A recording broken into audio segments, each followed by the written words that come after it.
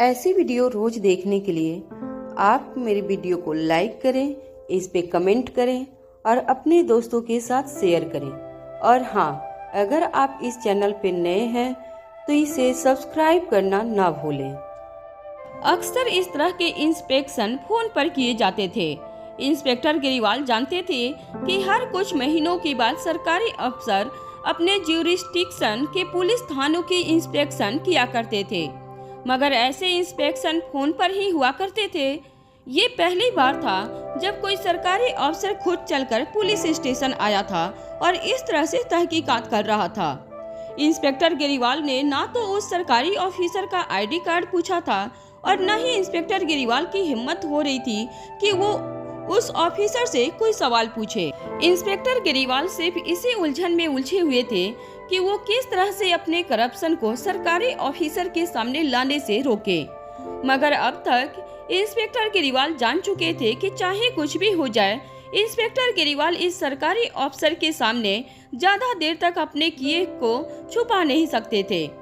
इसलिए एक के बाद एक कमरे के कोने में पड़े एक कबाड़ के ड्रॉवर में से फाइल निकालते हुए इंस्पेक्टर गिरीवाल ने अपने डेस्क पर उन्हें रखा। ज्यादातर फाइलों पर काफी धूल जमी हुई थी।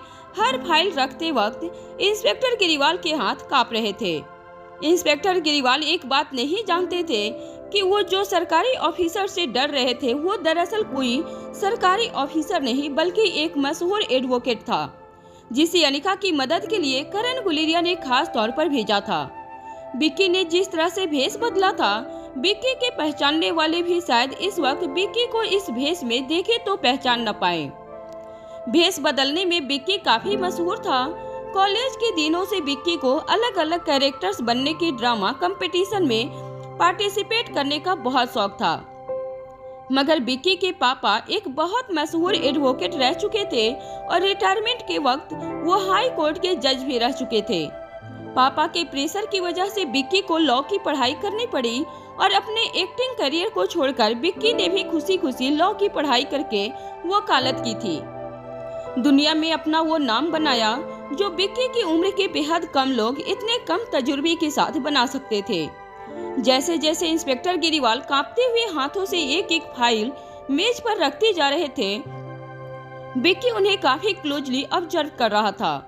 इंस्पेक्टर के चेहरे के एक्सप्रेशन देखकर और उनके हाथों के कंपन देखकर बिक्की ने अंदाजा लगा लिया था कि जरूर उस पुलिस स्टेशन में काफी गड़बड़ चल रही थी। फिर अचानक ही बिक्की ने इंस्पेक्टर को एक ऐसा सवाल पूछा कि इंस्पेक्टर गिरीवाल के होश उड़ गए। बिक्की ने इंस्पेक्टर गिरीवाल से पूछा, अभी कुछ दिनों पहले लकड़ी बाजार के पीछे एक हादसा हुआ था जिसमें माँ बेटी दोनों की जान गई थी। क्या आप उस केस की फाइल दिखा सकते हैं मुझे? जैसे ही बिक्की ने ये बात कही, इंस्पेक्टर के होश उड़ गए। इंस्पेक्टर की समझ में नहीं आ रहा था कि वो अपने सामने बैठे सरकारी ऑफिसर से क्या बात करे। लड़खड़ाती और अटकती हुई आवाज में इंस्पेक्टर गिरीवाल ने बिक्की से कहा, कौन सा केस है सर? कौन सी माँ बेटी? बिक्की ने भी इंस्पेक्टर गिरीवाल की इस बात का जवाब देते हुए कहा, अरे वही केस जिसमें एक बूढ़ी औरत ने अस्पताल में दम तोड़ दिया। अरे जिसकी बेटी का रेप करने के बाद उसे मार दिया गया था। बिक्की की ये बात सुनते ही इंस्पेक्टर गिरीवाल ने बिना सोचे समझे जवाब देते हुए कहा, अच्छा वो केस तो। इससे पहले कि इंस्पेक्टर गिरीवाल अपनी बात आगे बढ़ाते, तुरंत उन्हें रियलाइज हुआ कि उन्होंने क्या किया था। इसलिए अपनी बात पलटते हुए इंस्पेक्टर गिरीवाल ने अपने सामने बैठे इंसान से कहा, नहीं सर, आप कुछ गलत इन्फॉर्मेशन लेकर आए हैं। अरे उस लड़की का बलात्कार नहीं हुआ था। हमने पूरी तरह से छानबीन की है। इतना कहने के बाद इंस्पेक्टर गिरीवाल ने एक गहरी सांस ली और फिर आराम से अपने मन को शांत करते हुए कहा, दरअसल बात ये थी कि वो लड़की प्रोस्टिट्यूशन के रास्ते पर आगे बढ़ रही थी, गलत काम करके पैसे कमा रही थी। एक दिन उसकी माँ को पता चल गया और माँ और बेटी के बीच में कहासुनी हुई, जिसमें पहले माँ के हाथों बेटी की जान चली गई और फिर बेचारी माँ भी ज्यादा देर तक जिंदा नहीं रह पाई। ये केस एकदम पानी की तरह साफ है। It's an open and shut case sir. Inspector Giriwal की बात पूरी होती ही बिक्की ने कहा, ओपन शट केस? ये कैसे कह सकते हैं? हो सकता है कि उस लड़की के साथ सचमुच जबरदस्ती की गई हो। हो सकता है उस रात माँ बेटी के अलावा भी वहाँ पर कोई मौजूद हो। विक्की की बात अभी पूरी नहीं हुई थी कि विक्की की बात बीच में काटते हुए इंस्पेक्टर ने कहा, अरे नहीं नहीं सर, इस बात का कोई भी सबूत नहीं है कि वहाँ पर माँ बेटी के अलावा भी कोई और मौजूद था। इंस्पेक्टर की ये बात सुनते ही विक्की ने अपनी जगह से खड़े होते हुए अपने चेहरे से चश्मा उतारते हुए कहा, ठीक है, चलो मान लेता हूँ कि इस बात का कोई सबूत नहीं है कि उस लड़की के साथ बलात्कार हुआ था। माँ बेटी के अलावा उस रात उस कमरे में कोई और मौजूद नहीं था। तो चलिए मुझे ये बताइए कि वो लड़की पैसे कमाने के लिए अपना जिस्म बेचती थी, इस बात का क्या सबूत है आपके पास? इंस्पेक्टर ने ये बात सुनते ही मुस्कुराते हुए कहा, सर, अब ऐसी बातों के सबूत कहाँ से ला सकते हैं हम? तभी अपने हाथ में कुसुम की फाइल लेकर धीरे धीरे उसके पन्ने पलटते हुए विक्की ने इंस्पेक्टर केजरीवाल से कहा, मगर अदालत सबूत के बिना नहीं चलती है। बिना सबूत की अदालत कोई भी बात नहीं मानेगी। जब ये केस अदालत में चलेगा तब आपको हर चीज का सबूत पेश करना पड़ेगा। जैसे ही इंस्पेक्टर केजरीवाल ने अपने सामने खड़े इंसान की बात सुनी, उसकी आंखें खुली की खुली रह गई। वो अटकती हुई आवाज में अपने सामने खड़े आदमी से पूछने लगे, क्या कह रहे हैं सर आप? अदालत में केस, ये सब आप क्यों कर रहे हैं? कौन है आप? इंस्पेक्टर का सवाल सुनने के बाद विक्की धीरे धीरे एक के बाद एक कुसुम की फाइल के पन्ने पलटता रहा और हर फाइल के पन्ने की एक फोटो अपने मोबाइल में कैप्चर करने लगा। सारे फोटोग्राफ्स लेने के बाद फाइल धीरे से मेज पर रखते हुए विक्की ने अपने चेहरे से दाढ़ी उतारी और कहा, हेलो मिस्टर केजरीवाल, मैं एडवोकेट विक्की राजपूत। उस लड़की कुसुम और उसकी मां के साथ जो भी हादसा हुआ है उस सिलसिले में मैं PIL दाखिल कर रहा हूं कोर्ट में। मैं इस केस को रीओपन करने वाला हूं कोर्ट में।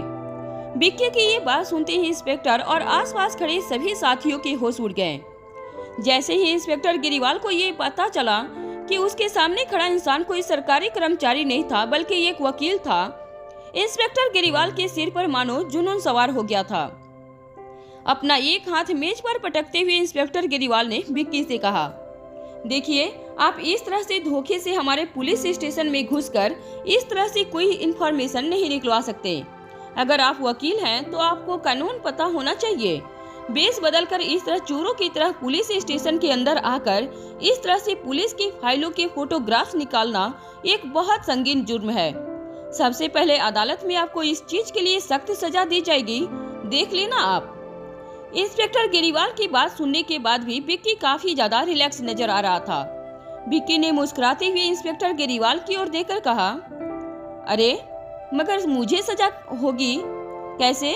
क्योंकि अगर आपने कोर्ट में ये कहा कि मैं किस तरह अंदर आया और किस तरह मैंने फाइल से इंफॉर्मेशन निकाली, तो उसमें सबसे ज्यादा कोर्ट में हंसी उड़ाई जाएगी, आपकी और आपके पूरे डिपार्टमेंट की। क्योंकि सबसे पहले तो जज आपको यही पूछेंगे कि अगर कोई आदमी अपने आप को सरकारी अधिकारी क्लेम करता है तो सबसे पहले आपको उसका ID पूछना होता है और उसकी अच्छी तरह से जांच पड़ताल करने के बाद ही आपको उसे पुलिस स्टेशन की छानबीन करने की इजाजत देनी पड़ती है। आपने प्रोटोकॉल फॉलो नहीं किया, जिसकी वजह से आपके साथ ये सब कुछ हुआ। इतना कहने के बाद विक्की ने मुस्कुराते हुए आगे कहा, अब आप तो अच्छी तरह से जानते हैं कि प्रोटोकॉल फॉलो न करने वाले ऑन ड्यूटी ऑफिसर के साथ क्या किया जाता है। या तो उन्हें डिमोट कर दिया जाता है और या तो उनकी ट्रांसफर कर दी जाती है किसी ऐसी जगह पर जहां पहले उन्हें सख्त से सख्त तरह से कानून का पालन करना सिखाया जाए। इंस्पेक्टर केजरीवाल ने जैसे ही विक्की की ये बात सुनी वो बिल्कुल खामोश हो गए। वो अच्छी तरह से जानते थे कि उन्होंने प्रोटोकॉल फॉलो नहीं किया था और पहले ही आने वाले गवर्नमेंट ऑफिसर से डरकर वो पूरी तरह से सरेंडर हो गए थे। विक्की ने फिर से अपनी बात आगे बढ़ाते हुए कहा, और सबसे बड़ी बात जो इस केस से जुड़ी है, मैं बड़ी ही आसानी से कोर्ट में ये प्रूव कर दूंगा कि जो इंस्पेक्टर ड्यूटी पर होने के बावजूद एक बेसिक प्रोटोकॉल फॉलो नहीं कर सकता, उस इंस्पेक्टर की छानबीन पर कैसे भरोसा किया जा सकता है। मेरा केस तो बड़ी ही आसानी से खुल जाएगा। अगर आपने ये साबित कर दिया कि मैं किस तरह से इस पुलिस स्टेशन के अंदर घुस आया था, पुलिस की लापरवाही का इससे बड़ा सबूत कोर्ट के सामने मैं क्या ही पेश कर सकता हूँ। विक्की की एक एक बात में दम था। बिक्की की बात सुनकर इंस्पेक्टर गिरीवाल और उसके आसपास खड़े उनके साथी अपना सिर झुकाकर खड़े रह गए।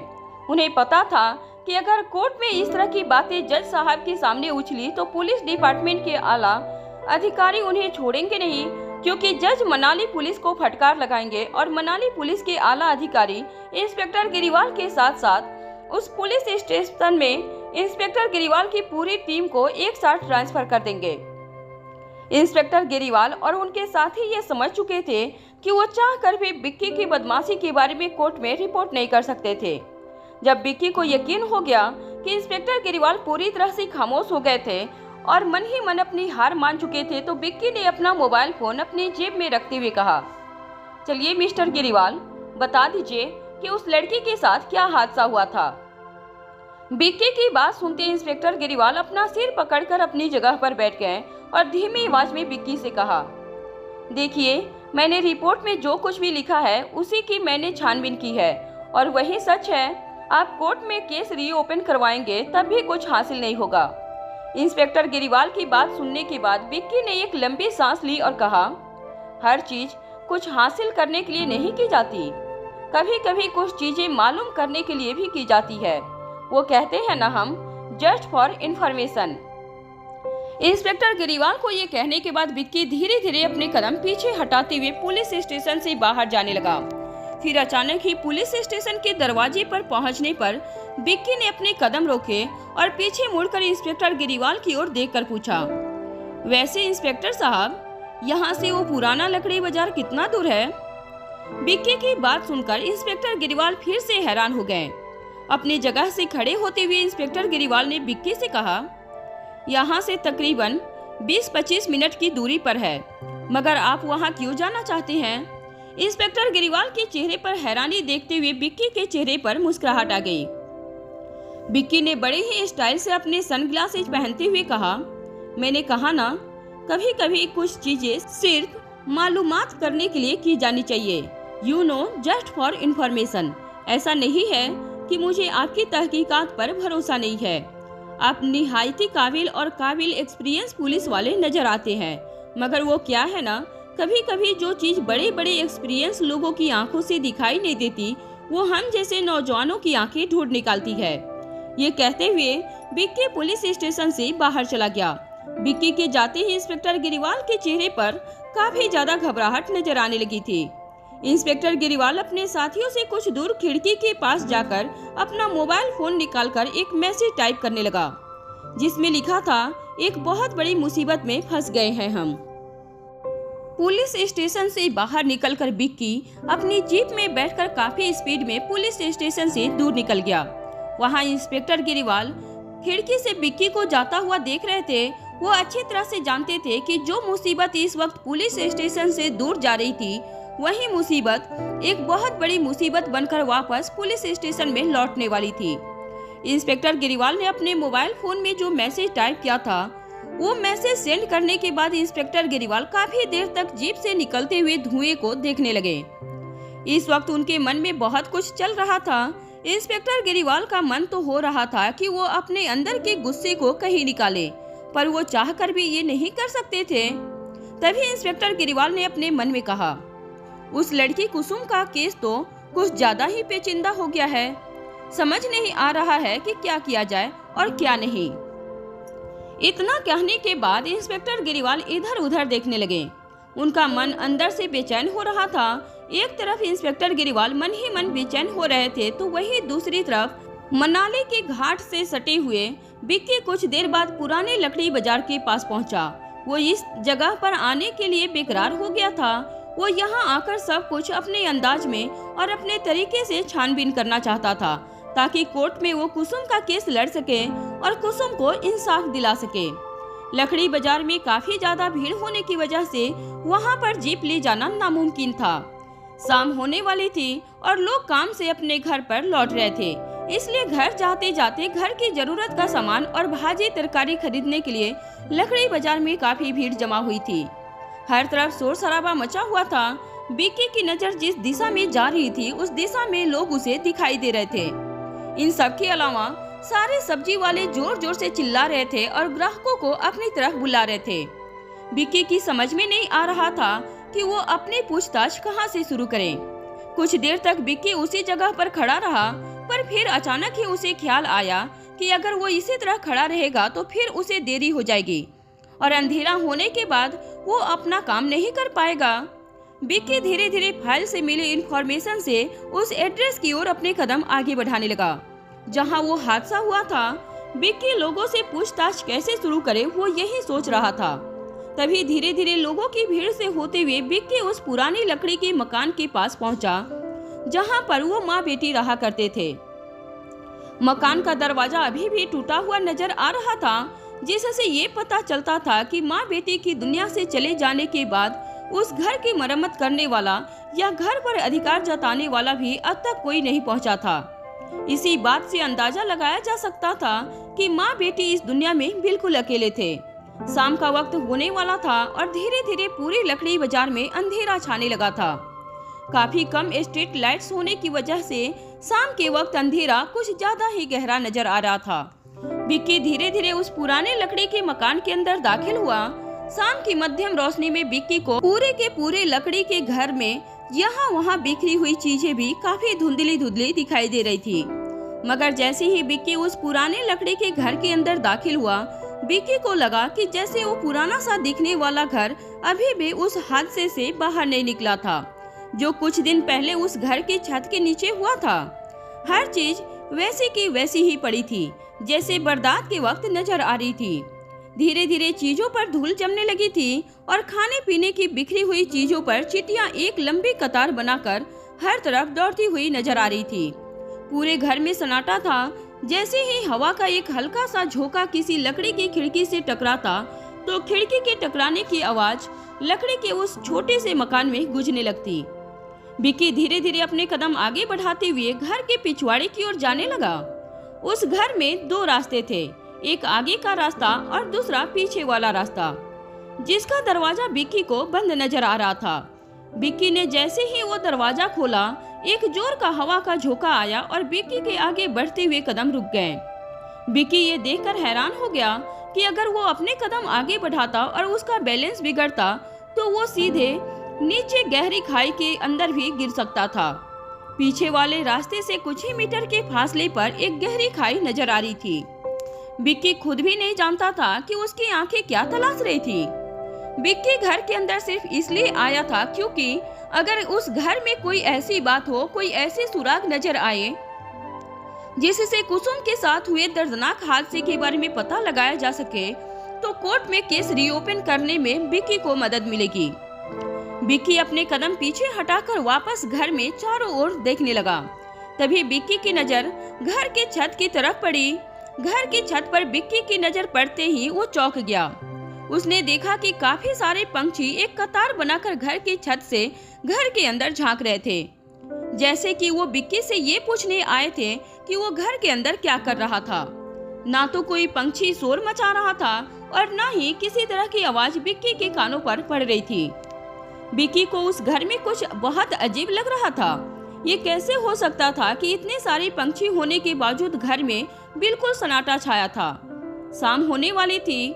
विक्की जानता था कि शाम के वक्त अक्सर पंछी अपने अपने घरों की ओर लौट जाया करते थे, मगर उन परिंदों को देखकर ऐसा लग रहा था जैसे उस घर की रखवाली करने के लिए घर की छत पर तैनात थे। तभी अचानक विक्की को अनिका की वो बात याद आई जो अनिका ने विक्की से कैफेटेरिया में कही थी। अनिका को हादसे के बारे में कुछ तोतों और पंछी ने बताई थी। विक्की अपने सामने छत पर बैठे उन पक्षियों को देखकर इस सोच में डूब गया कि कहीं ये वही पंछी तो नहीं थे जो अनिका तक मदद के लिए पहुंचे थे। विक्की को उस घर के अंदर कुछ बहुत अजीब महसूस हो रहा था। विक्की अब तक इतना तो जान चुका था कि इंस्पेक्टर गिरीवाल ने अपनी फाइल में जो लिखा था वो किसी भी हालत में पूरा सच नहीं हो सकता था, मगर विक्की की समझ में नहीं आ रहा था कि वो पूरा सच जानने के लिए किस तरफ से अपने कदम उठाए, क्योंकि कोर्ट में अगर किसी बंद हुए केस को रीओपन करना हो तो बहुत ही तगड़े सबूत पेश करने होते थे और विक्की के हाथ में फिलहाल कोई ऐसा सबूत नहीं था जिसके आधार पर वो कोर्ट में कुसुम के केस को रीओपन करवा सके। धीरे धीरे शाम ढलने लगी और पूरे लकड़ी के मकान में अंधेरा सा छा गया। विक्की ने देखा कि छत के ऊपर बैठे पंछी अभी भी एक फौज बनाकर वहीं डटे हुए थे। ना तो कोई पंछी शोर मचा रहा था और न ही किसी पंछी के चहकने की आवाज आ रही थी। पूरे घर की अच्छी तरह से तलाशी लेने के बाद विक्की को कहीं कोई सुराग नहीं नजर आया। हालांकि कमरे में पूरी तरह से चीजें बिखरी हुई पड़ी थी, जिससे ये पता चलता था कि हादसे के वक्त कमरे में काफी झड़प हुई थी, जिसकी वजह से कमरे में काफी चीजें बिखरी हुई नजर आ रही थी। छोटे से कमरे में एक छोटी सी खटिया कोने में पड़ी थी, जिस पर कुछ गद्दे रखे हुए थे और उसी कमरे में रसोई की जगह भी नजर आ रही थी। मगर इस वक्त कमरे की जो हालत नजर आ रही थी, उससे ये साबित नहीं किया जा सकता था कि कमरे में किसी लड़की का बलात्कार हुआ था। विक्की ने पूरे कमरे का वीडियो उतारा और फ्लैश लाइट ऑन करते हुए कमरे को हर एंगल से तस्वीर में उतार लिया। जब विक्की कमरे के हर कोने की तस्वीर ले रहा था, तब उसे अचानक एहसास हुआ कि उसके पीछे आगे वाले टूटे हुए दरवाजे पर कोई खड़ा था। विक्की ने झटके से पीछे मुड़कर देखा तो वो ये देखकर हैरान हो गया कि एक 22-23 साल का लड़का घूर घूर कर विक्की को देख रहा था।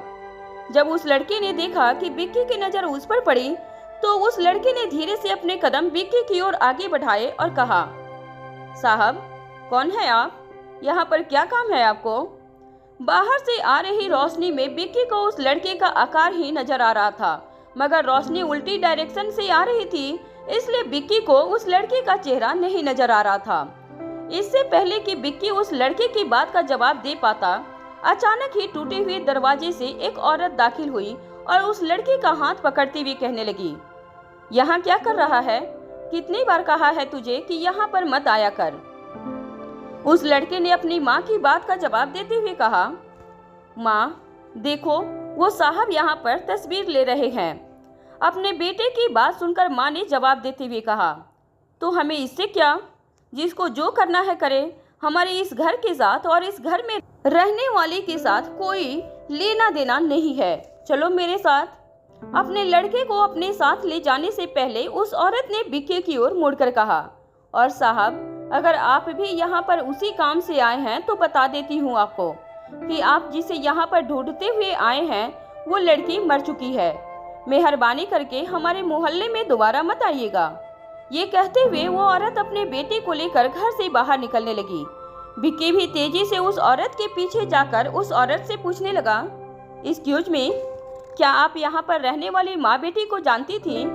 उस औरत ने इस बार बिना कोई जवाब दिए अपने बेटे का हाथ पकड़कर सीढ़ियाँ उतरना शुरू कर दिया।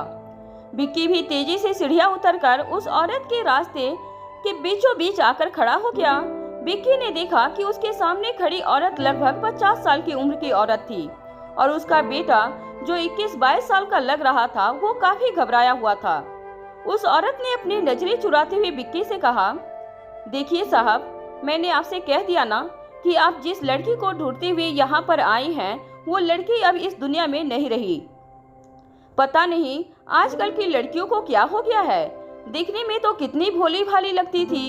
इतने सालों तक हमारे सामने रहने के बावजूद हमें पता भी नहीं चला कि हमारी नाक के नीचे वो इस तरह के काम किया करती थी। इससे पहले कि वो औरत भी विक्की के बगल से रास्ता बनाकर अपने घर की ओर चली जाती, विक्की ने फिर से उस औरत का रास्ता रोकते हुए कहा, देखिए madam, I am really very sorry, मगर मैं जानना चाहता हूँ कि आखिर वो माँ बेटी कौन थी, कैसी थी, क्या करती थी। इससे पहले कि विक्की अपनी बात पूरी कर पाता, उस औरत ने विक्की की आंखों में आंखें डालकर बड़े ही गुस्से से कहा, देखिए, मैं अच्छी तरह से जानती हूँ साहब कि आप यहाँ पर किस इरादे से आए हैं। यहाँ तक अब तक तो ये बात पूरे मनाली में फैल चुकी है कि वो भोली भाली मासूम से दिखने वाली बच्ची कोई बच्ची नहीं थी, मगर भोली सूरत के पीछे छिपी हुई एक डायन थी। इतने सालों तक माँ बेटी हमारी आंखों में धूल झोंकते रहे। जैसे ही उस औरत ने ये बात कही, उस औरत के बेटे ने अपना हाथ अपनी माँ के हाथ से झटकते हुए कहा, बस करो माँ, कुसुम ऐसी लड़की नहीं थी। मैंने कितनी बार कहा है तुमसे, कुसुम बहुत अच्छी लड़की थी। जैसे ही उस लड़के की माँ ने अपने बेटे के मुंह से ये बात सुनी, उस औरत ने अपने बेटे को जोर से तमाचा जड़ दिया और कहा, बस कर नालायक, मुझे तो तुम पर भी शर्म आती है।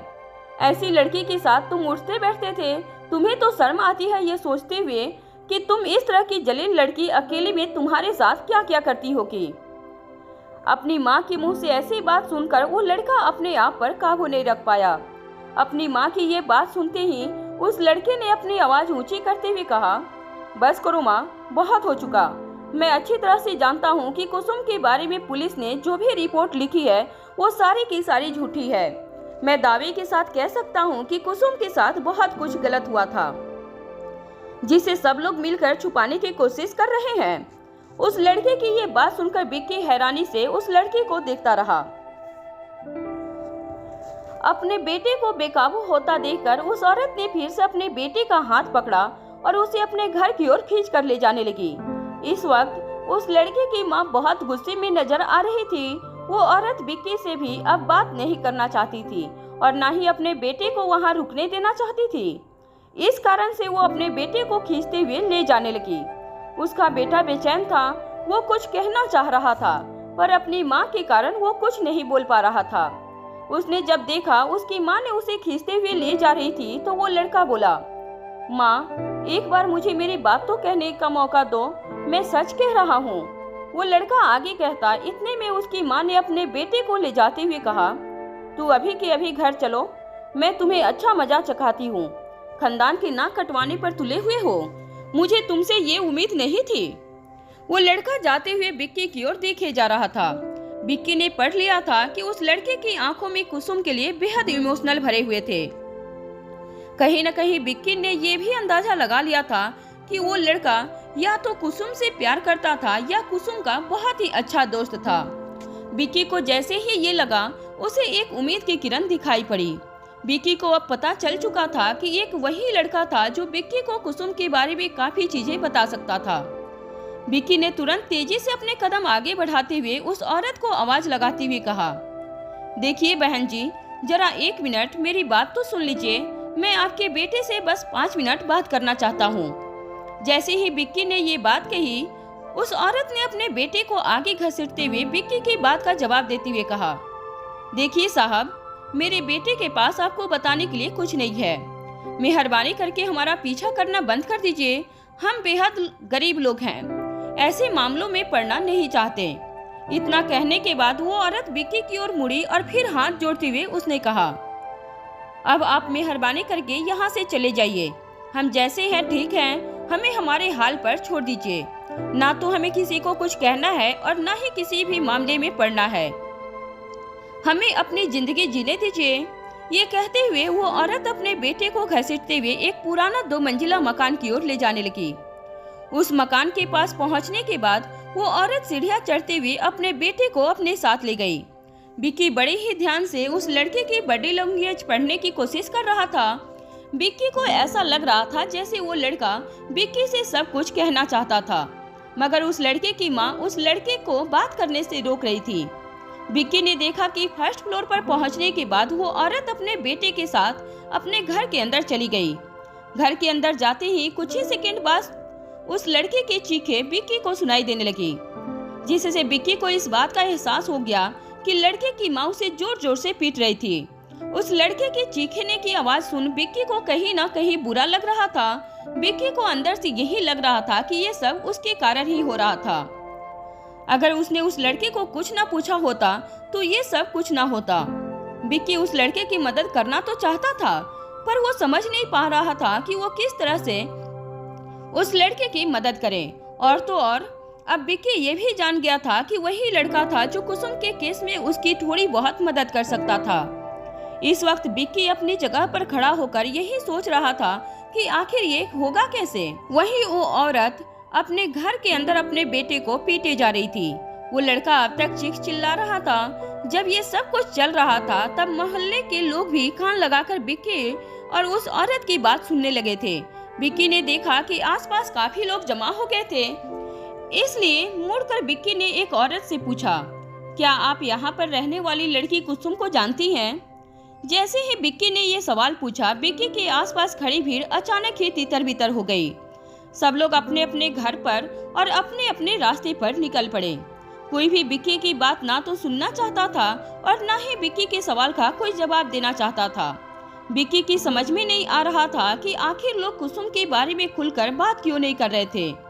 कंफ्यूज होकर विक्की काफी देर तक लकड़ी बाजार के पीछे वाले मोहल्ले में यहाँ वहाँ घूमता रहा। उस जगह पर काफी कम स्ट्रीट लाइट्स थी, जिसकी वजह से विक्की ठीक तरह से मोहल्ले का मुआवजा भी नहीं कर पा रहा था। इस वक्त विक्की को बिल्कुल समझ नहीं आ रहा था कि वो इस केस में आगे बढ़े तो कैसे बढ़े। एक शख्स भी कुसुम के बारे में बात नहीं करना चाहता था। विक्की को एक लड़का मिला था जो कुसुम के बारे में उसे बताना तो चाहता था, लेकिन उसे भी उसकी माँ अपने साथ ले गई थी। कुसुम के घर में आसपास कहीं कोई सीसीटीवी कैमरा था या नहीं, ये जानने के लिए विक्की चारों ओर बड़े ही ध्यान से देखने लगा, मगर आसपास पुराने लकड़ी के मकानों के अलावा और कुछ दिखाई नहीं दे रहा था। ना तो उस जगह पर किसी तरह की कोई ऑफिस नजर आ रही थी, ना ही कोई ऐसी दुकान जिसमें सीसीटीवी कैमरा लगा हो। बड़े ही ध्यान से पूरे मोहल्ले में देखने के बाद विक्की के चेहरे पर काफी निराशा दिखाई देने लगी। उसे अब समझ नहीं आ रहा था कि वो अब आगे कैसे बढ़े। इस केस में आसपास कहीं भी कोई सीसीटीवी कैमरा नजर नहीं आ रहा था, जिसके जरिए वो इस बात का पता लगा सके कि आखिर उस रात कुसुम के घर पर कौन आया था और उस रात कुसुम के घर से कौन निकला था। कुछ ही देर में लकड़ी बाजार के पिछले वाले मोहल्ले में धीरे धीरे सन्नाटा फैल गया। लोगों की आवाजें भी धीरे धीरे पूरी तरह से बंद हो गई, मगर विक्की कुसुम के घर की सीढ़ियों पर इसी उम्मीद से बैठा रहा कि कहीं उसे कोई सुराग दिख जाए या कोई ऐसा शख्स मिल जाए जो उसे कुसुम के बारे में बता सके। कुछ देर बाद अचानक विक्की के दिमाग में जैसे कोई बात याद आई और विक्की ने मुड़कर घर की छत की ओर देखा। विक्की ये देखकर हैरान हो गया कि सारे के सारे पंछी अभी भी घर की छत पर थे। विक्की को ऐसा लग रहा था जैसे वो सारे के सारे पंछी विक्की की ओर बड़ी ही उम्मीद लगाकर देख रहे थे। विक्की ने जब घड़ी में वक्त देखा तब उन्हें एहसास हुआ कि रात के तकरीबन 9 बजने वाले थे और रात के इस समय पर अक्सर सारे पंछी सो जाया करते थे। मगर विक्की को इस बात से हैरानी हो रही थी कि कुसुम के घर की छत पर बैठे सारे के सारे पंछी खुली आंखों से विक्की की ओर देख रहे थे, जैसे कि वो मन ही मन विक्की को कह रहे हो कि सुराग आसपास ही था। एक तरफ लकड़ी बाजार में ये सब चल रहा था तो वहीं दूसरी तरफ रोहित की कार घाट के रास्तों से होती हुई एक पहाड़ी पर जा पहुंची। रिया पूरे दिन भर से ही काफी एक्साइटेड थी। रिया ये बात सोच सोचकर इतनी ज्यादा एक्साइटेड हो रही थी कि उसकी लाइफ से एक पूरा दिन उसके दिमाग से और उसकी मेमोरी से इरेज हो गई थी। रोहित की कार के सनरूफ से बाहर निकली रिया अपने दोनों हाथ हवा में लहराकर मनाली की रात की ठंड के मजे लेने लग गई। फिर कुछ ही देर में रिया के दांत कटकटाने लगे।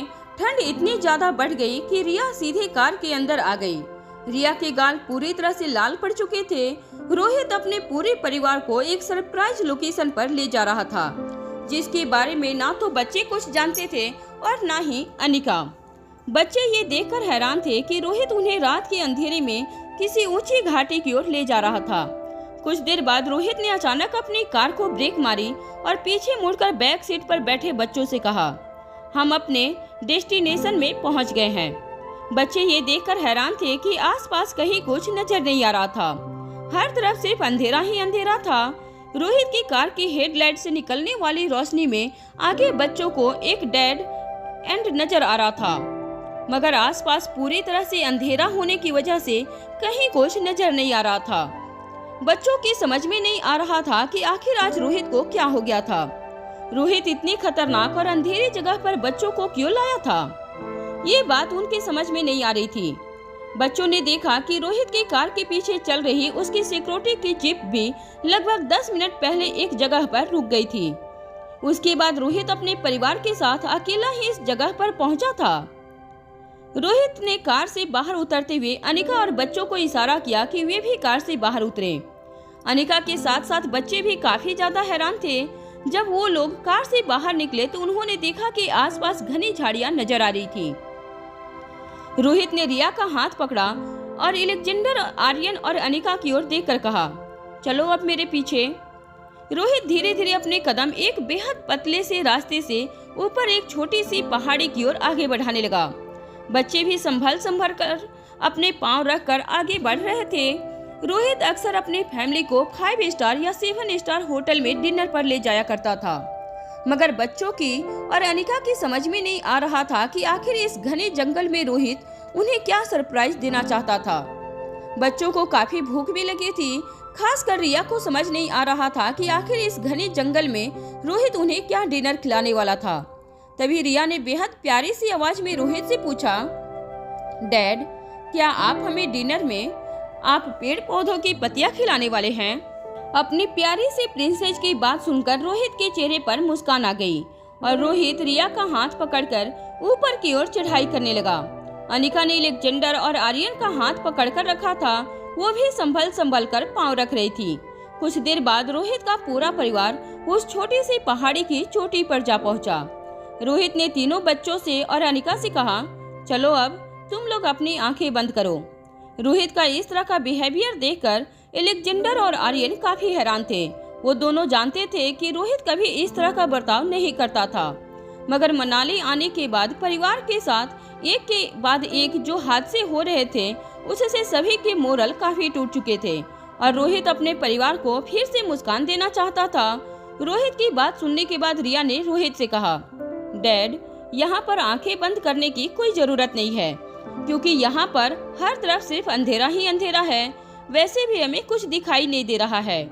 मेरी तो समझ में नहीं आ रहा है डैड कि यहाँ पर आप हमें क्या सरप्राइज देने वाले हैं। तभी रोहित ने मुस्कुराते हुए रिया के नाक पर अपनी उंगली फेरते हुए कहा, तुम लोग आंखें तो बंद करो, तभी तो सरप्राइज का मजा आएगा। इस बार रोहित की बात मानते हुए रिया ने अपने दोनों हाथ अपनी आंखों पर रख दिए। रिया को आंखें बंद करता हुआ देखकर अलेक्जेंडर और आर्यन ने भी अपनी आंखें बंद कर दी। आखिरकार रोहित ने जब अनिका की ओर देखा तो अनिका भी समझ गई कि रोहित चाहता था कि वो भी अपनी आंखें बंद करे। जैसे ही अनिका ने आंखें बंद की, रोहित ने कहा, वेरी गुड, अब जब तक मैं ना कहूँ कोई आंखें नहीं खुलेगा। बच्चों ने हाँ में अपना सिर हिला दिया। कुछ देर तक आसपास बिल्कुल खामोशी छाई रही। तभी रिया ने डरी हुई और घबराती हुई आवाज में अपनी आंखों पर हाथ रखकर कहा, डैड, आप यहाँ हो भी कि चले गए?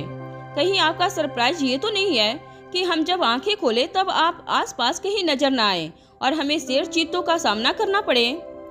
तभी फिर से रोहित ने रिया की बात का जवाब देते हुए कहा, नहीं, जस्ट 1 मिनट मोर। इस बार रोहित की आवाज कुछ दूर से आ रही थी। बच्चों की समझ में नहीं आ रहा था कि आखिर रोहित क्या करना चाहता था।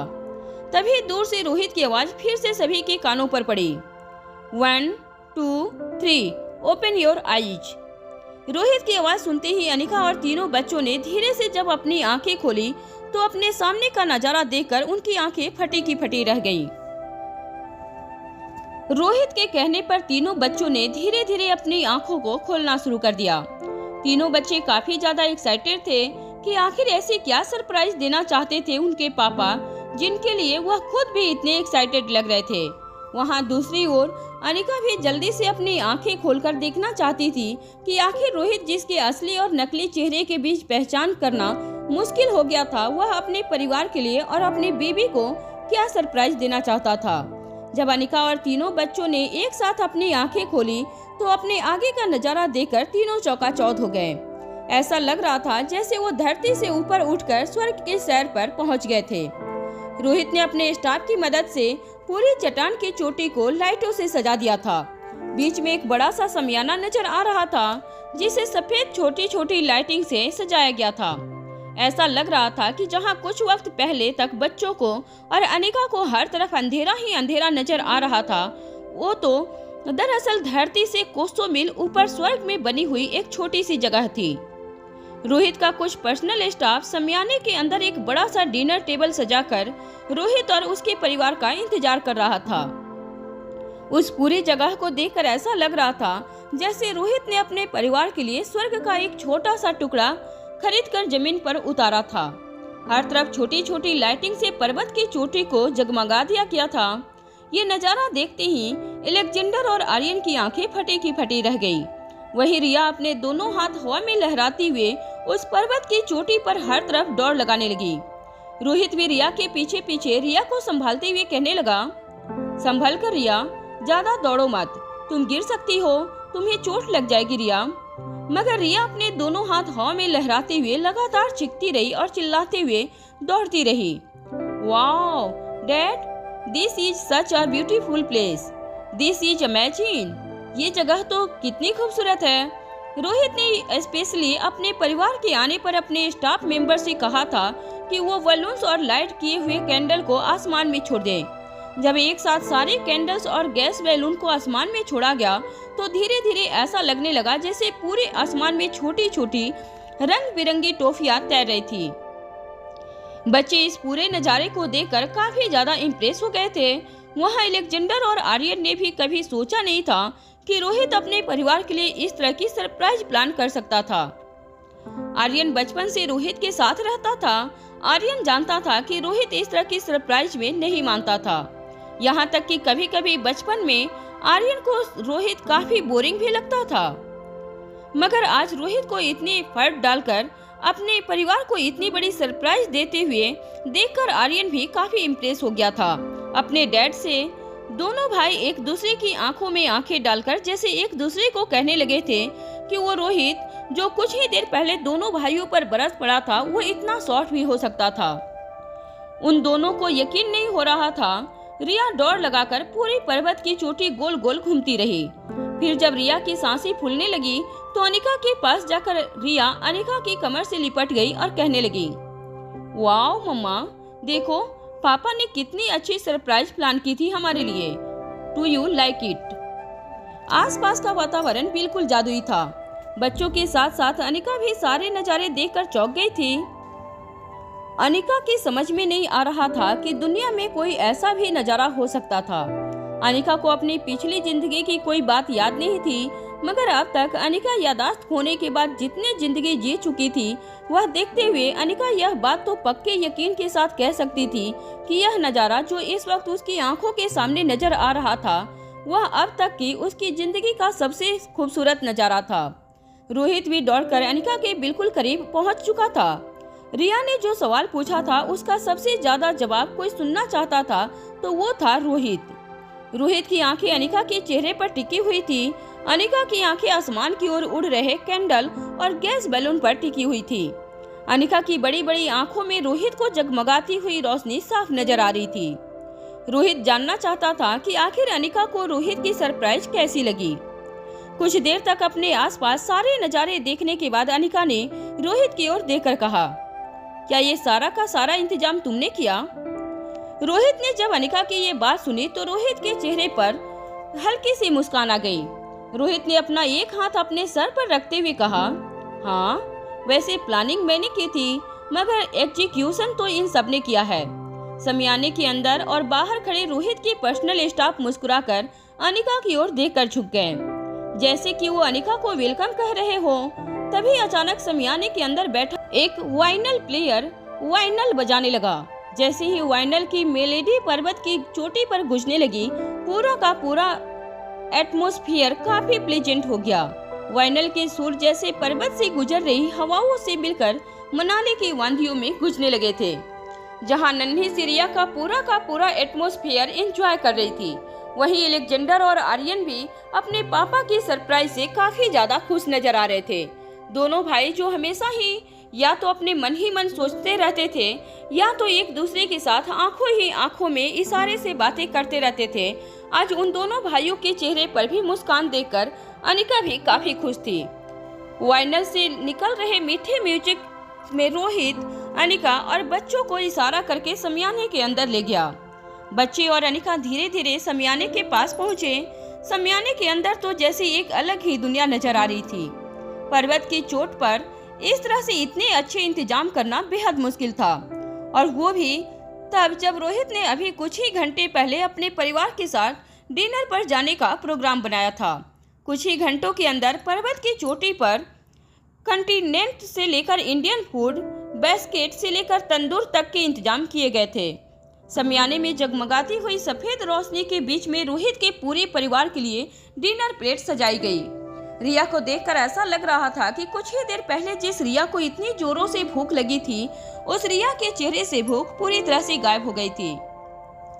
रिया ने अपनी आंखों में जैसे सारी की सारी रोशनी को भर लिया था, जिसकी वजह से उसकी भूख मिट चुकी थी। रिया और दोनों बच्चों की नज़र आसमान में उड़ रहे गुब्बारे और कैंडल की ओर थी। जैसे जैसे कैंडल और गैस बैलून आसमान में ऊंचाई पर पहुंच रहे थे, वाइनल बजाने वाले के सुर भी हाई नोट्स पकड़ रहे थे। एक के बाद एक तरह तरह की रेसिपी डिनर टेबल पर सर्व की गई। तीनों बच्चे खाने की प्लेट आते ही खाने पर टूट पड़े।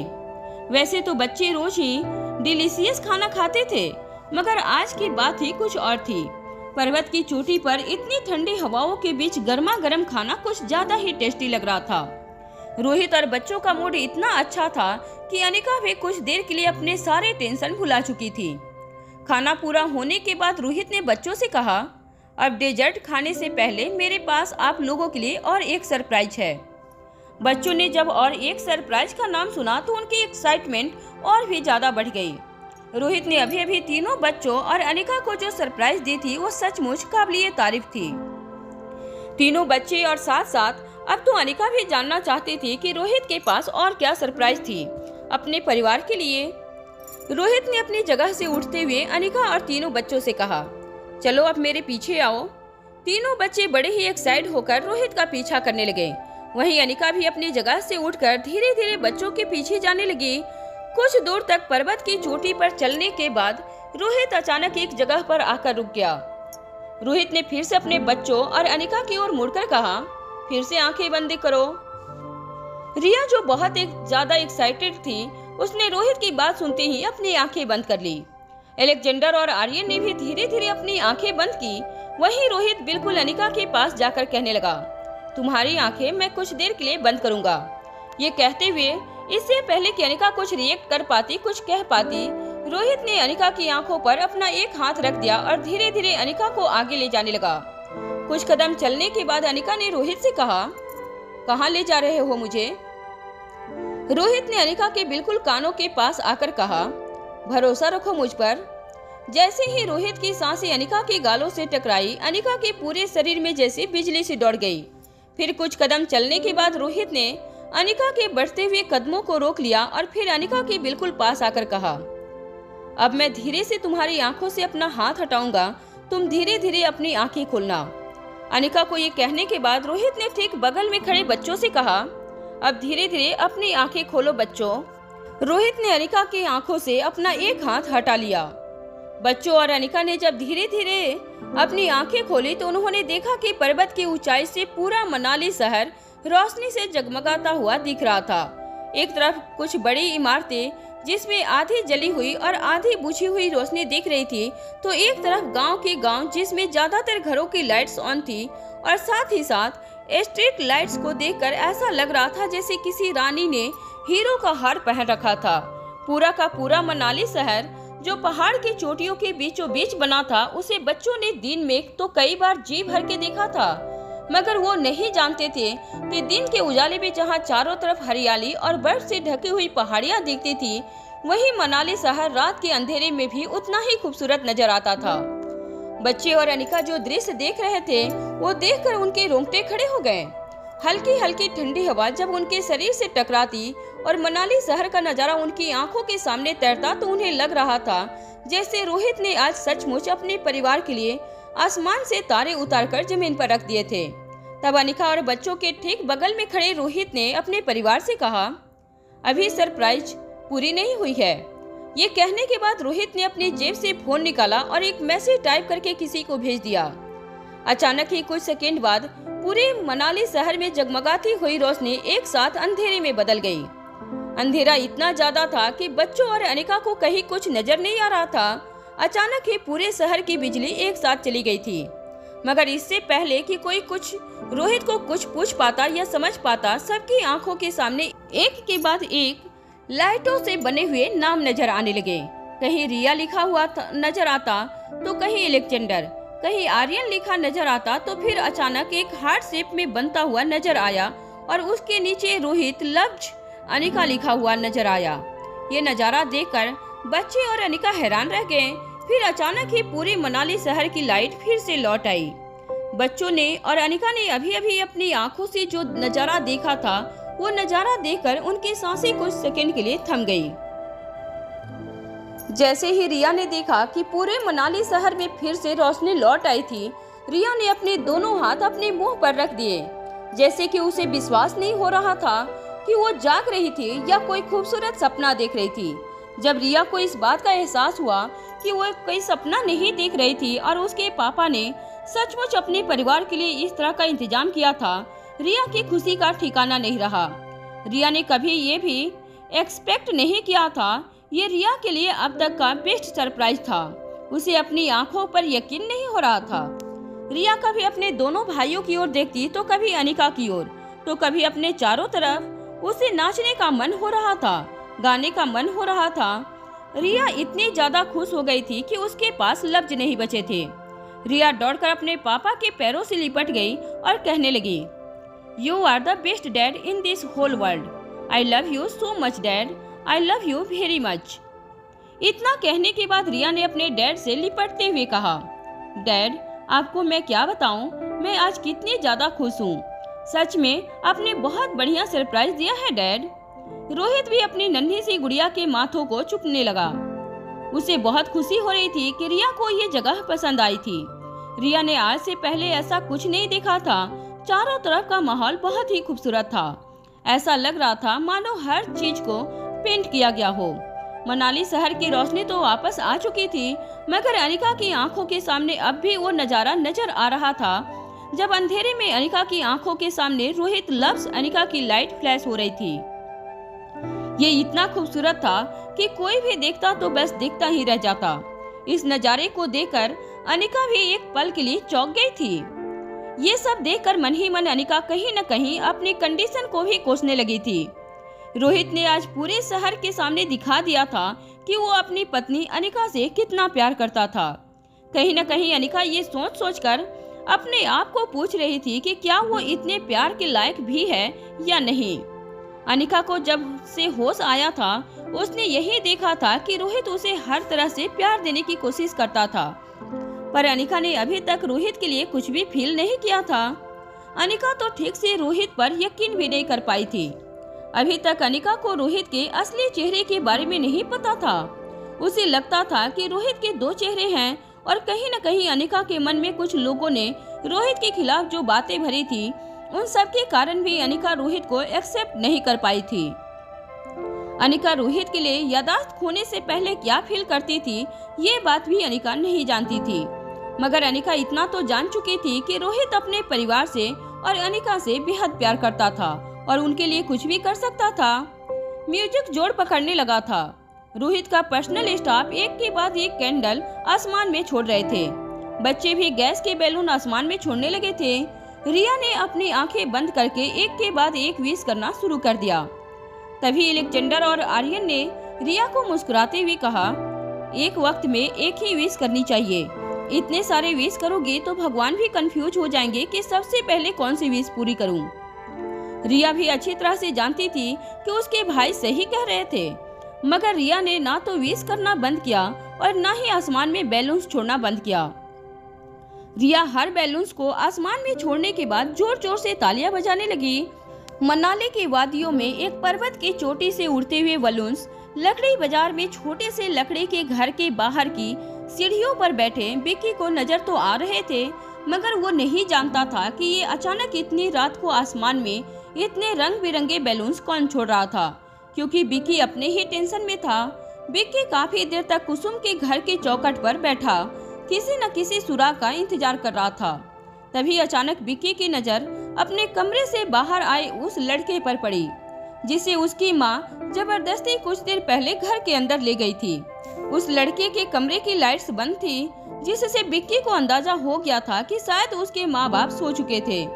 जब उस लड़के ने बिक्की को कुसुम के घर के चौखट पर देखा तो वो लड़का कुछ देर के लिए अपनी जगह पर जैसे जम सा गया। कुछ देर तक बिक्की को देखने के बाद वो लड़का अचानक ही अपने घर के अंदर वापस चला गया। बिक्की उस लड़के की हरकतों से इतना तो जान चुका था कि वो लड़का कुसुम के बारे में जरूर कुछ न कुछ जरूर जानता था, मगर बिक्की की समझ में नहीं आ रहा था कि वो किस तरह से उस लड़के से बात करे। रात काफी हो चुकी थी और उस लड़के से बात करने का बिक्की को कोई जरिया भी नजर नहीं आ रहा था। तभी किसी ने देखा कि वो लड़का वापस अपने कमरे से बाहर आया और उसने अपने कमरे का दरवाजा बंद कर लिया। इस बार उसने हाथ में पानी की एक छोटी सी बाल्टी पकड़ रखी थी। वो शायद कॉमन टॉयलेट इस्तेमाल करने के लिए अपने घर से निकला था, मगर अचानक ही वो लड़का अपने कमरे से बाहर आकर रुक गया और विक्की को कुछ इशारा करने लगा। विक्की अपनी जगह से खड़ा हो गया और उस लड़के को गौर से देखने लगा। वो लड़का इशारा करके विक्की को बता रहा था कि वो कुसुम के घर के पीछे वाले हिस्से में जाकर उसका इंतजार करे। कुछ देर तक इशारा समझने के बाद विक्की लकड़ी के छोटे से मकान के पीछे जाने के लिए वापस कुसुम के घर के अंदर चला गया। वहां पहुंचने के बाद विक्की खिड़की के पास खड़ा होकर उस लड़के के मूवमेंट को देखने लगा। जब वो लड़का सीढ़ियां उतरकर नीचे आया तब वापस उस लड़के के कमरे का दरवाजा खुला। उसकी माँ ने आवाज लगाते हुए उस लड़के से कहा, शंभू कहाँ जा रहा है शंभू? अपनी माँ की आवाज सुनते ही सबसे पहले शंभू ने लकड़ी के मकान की ओर देखा। जब उसने देखा कि विक्की कहीं नजर नहीं आ रहा था तब उसने राहत की सांस ली और पलटकर अपनी माँ की ओर देखकर बाल्टी दिखाते हुए कहा, दिख नहीं रहा है माँ, कहाँ जा रहा हूँ? अपने बेटे की बात सुनने के बाद उस औरत ने यहाँ वहाँ नजरें फेर कर देखा तो कहीं वो आदमी नजर नहीं आ रहा था जो कुछ पहले कुसुम के घर पर उसे मिला था। जब शंभू की माँ को इस बात की तसल्ली हो गई कि वो आदमी जा चुका था तो वो वापस अपने कमरे में चली गई। कुसुम के अंधेरे घर की खिड़की के पास खड़ा विक्की सब कुछ बड़े ही ध्यान से देख रहा था।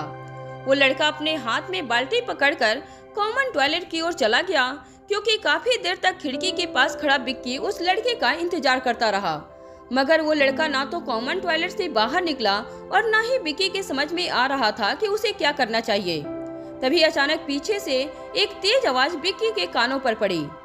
शंभू पिछले दरवाजे पर खड़ा विक्की से कह रहा था, मैंने आपसे कहा था ना कि आप यहाँ मेरा इंतजार कीजिएगा। शंभू को पिछले दरवाजे पर खड़ा देखकर विक्की भी समझ गया कि जरूर कॉमन टॉयलेट के अंदर जाकर शंभू किसी तरह से छुपते छुपाते बाहर निकला होगा और इस रास्ते से कुसुम के घर के पीछे पहुंचा होगा, जिससे उसकी माँ को नजर न आए। विक्की ने उस लड़के की ओर आगे बढ़ने से पहले एक बार खिड़की से झांककर ये देख लिया कि कहीं उसकी माँ तो कमरे से बाहर नजर नहीं आ रही थी। तभी विक्की ने देखा कि कमरे की बत्ती बंद थी और शंभू की माँ कहीं नजर नहीं आ रही थी। तो विक्की धीरे धीरे घर के पीछे वाले दरवाजे के पास अपने कदम आगे बढ़ाने लगा। शंभू वहीं सीढ़ियों पर बैठा विक्की का इंतजार कर रहा था। जैसे विक्की पीछे वाले दरवाजे से बाहर निकला, विक्की को अपने शरीर पर जोर की हवा का एक झोंका महसूस हुआ। विक्की ने शंभू के बगल में बैठते हुए शंभू से पूछा, तुम कुसुम के बारे में क्या जानते हो?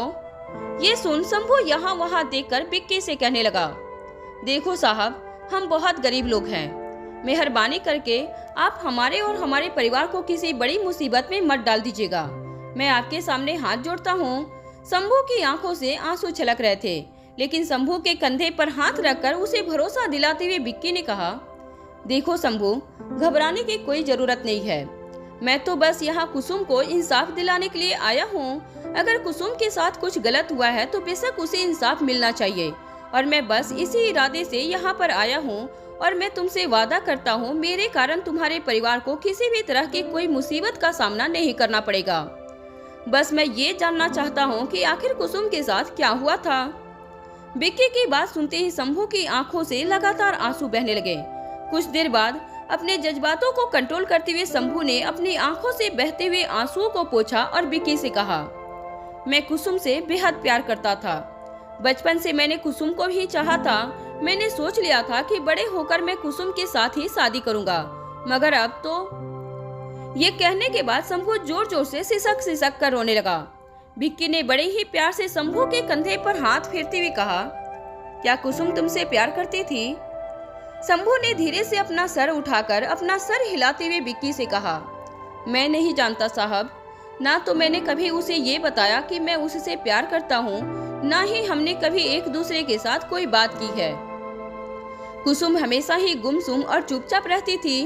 वो पढ़ी लिखी नहीं थी, बस अपनी बुढ़ी माँ की देखभाल करने के लिए जंगलों से लकड़ियाँ काटकर बेचती थी और जैसे तैसे अपना और अपनी माँ का पेट भरती थी। विक्की को कहीं न कहीं शंभू की बातें सुनकर हैरानी हो रही थी। विक्की ने अपनी बात आगे बढ़ाते हुए शंभू से कहा, मगर तुम दोनों तो आमने सामने रहते थे, फिर भी तुम दोनों ने कभी बात नहीं की। वैसे कुसुम यहाँ कितने सालों से रहती थी? शंभू ने इस बात का जवाब देते हुए कहा, हम दोनों कई सालों से एक दूसरे को जानते हैं। मेरी माँ कभी कभी कुसुम की माँ के लिए खाना ले जाया करती थी। हम जानते हैं कि वो बहुत गरीब थे। कभी कभार हमारे घर में खाना बच जाता तो मेरी माँ उन्हीं को जाकर दे देती। वो दोनों सालों से अकेले ही रहते थे। मैंने सुना था कि कुसुम के पापा पहाड़ी पर जो टनल बनी है वहाँ मजदूर थे। एक दिन टनल के अंदर काम करते करते पर्वत का कोई हिस्सा सरक कर मजदूरों पर आ गिरा और कुसुम के पापा की मौत हो गई। उसके बाद माँ बेटी बिल्कुल अकेले हो गए। कुसुम की माँ को आंखों से दिखाई नहीं देता था। पैसों की कमी होने की वजह से वो कुसुम को कभी स्कूल भी नहीं भेज पाई। कुसुम पढ़ी लिखी नहीं थी, मगर कुसुम की आंखों को देखकर ऐसा लगता था जैसे कुसुम को मन ही मन किसी चीज का बहुत डर था। इतना कहने के बाद शंभू ने एक गहरी सांस ली और आगे कहने लगा। वो अपने आप को लोगों से हमेशा कमजोर समझती थी और इसीलिए शायद लोगों के साथ बात नहीं कर पाती थी। कुसुम बहुत नाजुक थी साहब। वो ना तो इस दुनिया को समझती थी और ना ही दुनिया वालों को। मगर साहब, ये लोग आज कुसुम के बारे में ऐसी ऐसी बातें कर रहे हैं, ये सुनकर। इससे पहले कि शंभू आगे कुछ कह पाता, शंभू की आंखों से लगातार आंसू बहने लगे और वो सिसक सिसक कर रोने लगा। शंभू ने अपना सर अपने घुटनों के बीच दबाकर अपनी सिसकियों को कंट्रोल करने की कोशिश की। विक्की ने बड़े ही प्यार से शंभू के पीठ पर हाथ फेरते हुए कहा, अच्छा शंभू, मुझे बताओ कि उस रात क्या हुआ था? क्या तुमने कुछ देखा था? क्या कुसुम के साथ कुछ बुरा हुआ था? देखो शंभू, अगर तुम कुछ भी जानते हो तो मुझे बताओ। कुसुम को इंसाफ दिलाने में कम से कम मैं उसकी मदद कर सकता हूँ। भले ही कुसुम इस दुनिया में नहीं रही, मगर वो जहाँ कहीं भी होगी उसकी आत्मा की शांति के लिए हमें ये करना होगा। विक्की की बात सुनकर अपनी सिसकियों को कंट्रोल करते हुए शंभू ने अपना सर अपने घुटनों के बीच से उठाया और बड़ी बड़ी आंखों से विक्की को देखने लगा। शंभू की आंखें कह रही थी कि शंभू जरूर कुछ ऐसी बातें जानता था जो न या तो इंस्पेक्टर गिरीवाल नहीं जानते थे, या वो तो जानबूझकर उस बात को दबाने की कोशिश कर रहे थे।